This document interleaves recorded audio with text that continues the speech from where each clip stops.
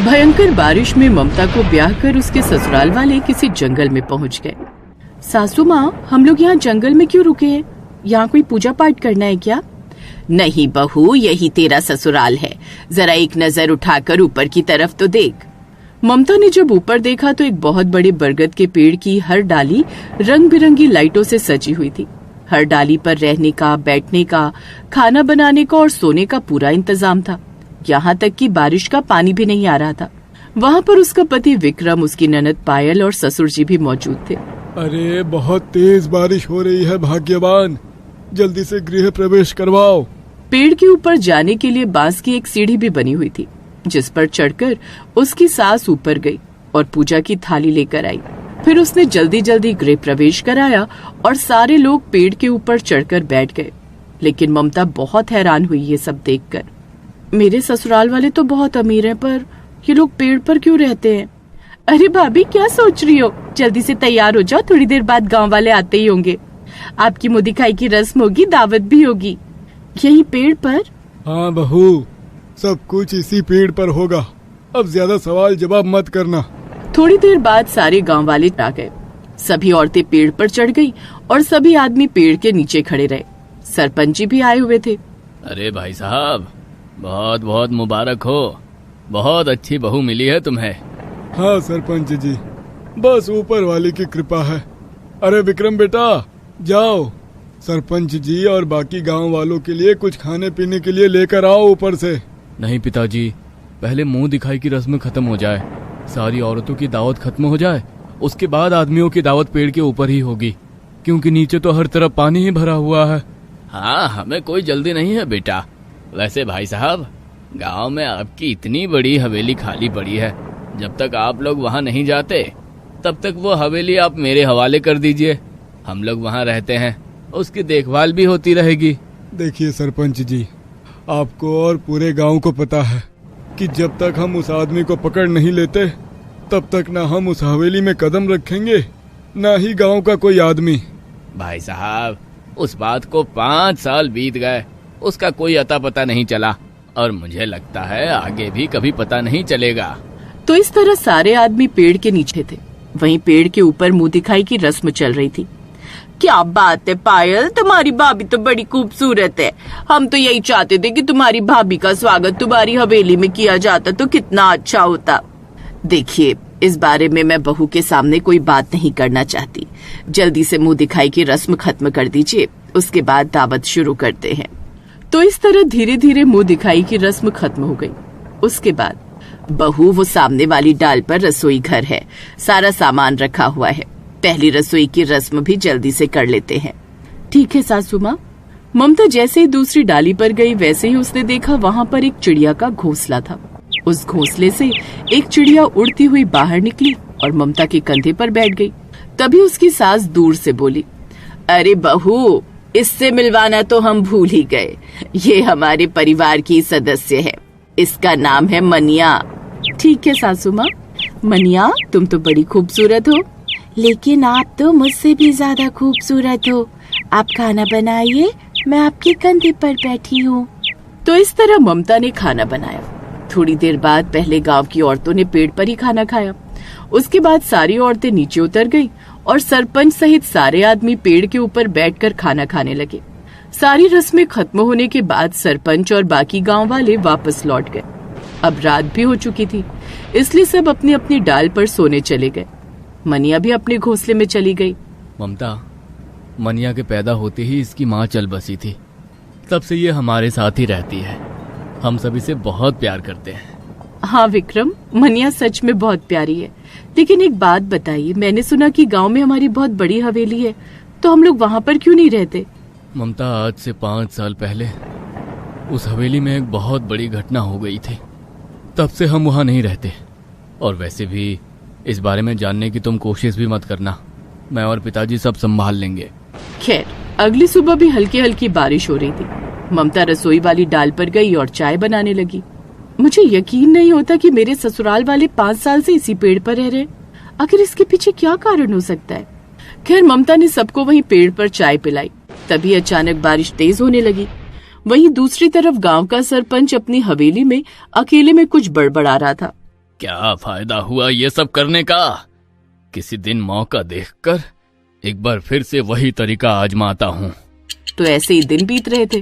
कुछ दिनों बाद ममता गर्भवती हो गई। बहू, बरसात खत्म होते ही तूने हमें बहुत बड़ी खुशखबरी दे दी। सच में भाभी, अब बहुत जल्द हमारे साथ एक छोटा सा नन्हा सा प्यारा सा क्यूट सा मेहमान रहेगा। तभी मनिया ममता के कंधे पर आकर बैठ गई। मैं भी उसके साथ खेलूंगी। हाँ मनिया, तुम तो उसके साथ खेलना। ऐसे ही धीरे धीरे उसी पेड़ पर ममता को लगभग 9 महीने बीत गए और एक बार फिर से बारिश शुरू हो गई। लगता है इंद्रदेव हमें कोई इशारा कर रहे हैं। हमारी बहू इतने दिनों से गर्भवती है और हमने गोद भराई तक नहीं की। सही कह रही हो, हम कल ही बहू की गोद भराई रखते हैं। तभी वहाँ पर मनिया आ गई उड़ते हुए। क्या बात है, कल मुझे अच्छा अच्छा खाने को मिलेगा। क्या बात है। अगली सुबह भी घनघोर बारिश हो रही थी। ममता का ससुर पूरे गांव को न्योता देने चला गया और अंत में सरपंच के पास गया। सरपंच जी, कल हमारी बहू की गोद भराई है, पूरे गांव को दावत दी है। क्या बात है भाई साहब, मैं तो कब से इस दिन का इंतजार कर रहा था। आप इस दिन का इंतजार क्यों कर रहे थे? अब भाई साहब, आपकी बहू गर्भवती थी तो मैं सोच ही रहा था कि कब आप लोग पेड़ पर दावत देंगे। तो इस तरह शाम को गोद भराई की रस्म उसी पेड़ पर शुरू हुई। गांव की सभी औरतें ममता को उपहार देने लगी। उसके बाद आज गांव की सारी औरतें और सारे आदमी एक साथ खाना खाएंगे। विक्रम, पायल, ममता, सबके लिए खाने का इंतजाम करो। मैं अपने दोस्तों को भी बुला कर लाती हूँ। हाँ मनिया, जल्दी से बुला कर ले आओ। थोड़ी ही देर बाद सारे लोग पेड़ के ऊपर खाने के लिए बैठ गए। मनिया अपने सारे दोस्तों को लेकर आ गई। एक डाली तो पूरी पक्षियों से ही भर गई। सबको ममता ने खाना भी परोस दिया, लेकिन सासू माँ, पहले इन पक्षियों को खिला देती हो। ये तो ठीक वैसा ही हो रहा है जैसा 5 साल पहले हुआ था। हाँ ठीक है बहू, पक्षियों को तो सबसे पहले ही खिलाना चाहिए। जाओ जाओ दोस्तों, जल्दी से खाओ, मैं बाद में खा लूंगी ममता दीदी के साथ। ममता ने पक्षियों के लिए खाना लगा दिया। सारे पक्षी खाने भी लगे, लेकिन खाना खाने के तुरंत बाद सारे पक्षी मर गए। ये देखकर मनिया और सारे लोग दंग रह गए। ममता दीदी, ये क्या हो गया? मेरे सारे दोस्त मर गए। मानिया, ये तो ठीक वैसा ही हुआ जैसा आज से 5 साल पहले तुम्हारी माँ के साथ हुआ था। ऐसा क्या हुआ था ससुर जी? मुझे भी आज जानना है। मेरी मनिया के दोस्त मर गए। आज मैं सच्चाई जानकर ही रहूंगी। बहू, मैं बताता हूँ। आज से 5 साल पहले तुम्हारे ससुर जी ने एक बहुत बड़ी दावत रखी थी अपनी हवेली में। उस वक्त भी हमने सबसे पहले मनिया की माँ को खाना खिलाया था, पर खाना खाते ही उसने अपने प्राण त्याग दिए। फिर हमें पता चला कि पूरे खाने में जहर मिला हुआ था। हाँ बहू, उसी दिन मैंने ये फैसला किया था कि जब तक हम उस आदमी को पकड़ नहीं लेंगे तब तक हम अपनी हवेली में कदम नहीं रखेंगे। आज भी किसी ने वही हरकत कर दी। गांव वालों, सच सच बता दो, किसने की वो हरकत? पूरा गांव शांत पड़ गया। भाई साहब, हम में से भला कौन ऐसा कर सकता है? हम सारे गांव वाले तो बिल्कुल परिवार जैसे हैं। विक्रम बेटा, सबसे पहले ये खाना उठाकर फेंक दो। हमें जल्द से जल्द पता लगाना ही होगा कि ये सब आखिर किया किसने, क्योंकि वो आज भी हमारे आसपास ही मौजूद है। तो उस दिन दावत हो ही नहीं पाई। ममता ने उस खाने में से थोड़ा सा खाना चुपके से उस पेड़ पर कहीं छुपा दिया। 3 दिन बाद ही ममता ने एक बहुत ही खूबसूरत बच्चे को उसी पेड़ पर जन्म दिया। क्या बात है भाभी, कितना सुंदर है ये। हाँ ममता दीदी, बिल्कुल आप पर गया है। लेकिन मनिया ने देखा कि ममता बहुत उदास रहने लगी है। रात में ममता और मनिया आपस में बात करने लगे। मनिया, तुम्हारी माँ ने अपनी जान देकर मेरे ससुराल वालों को बचाया था।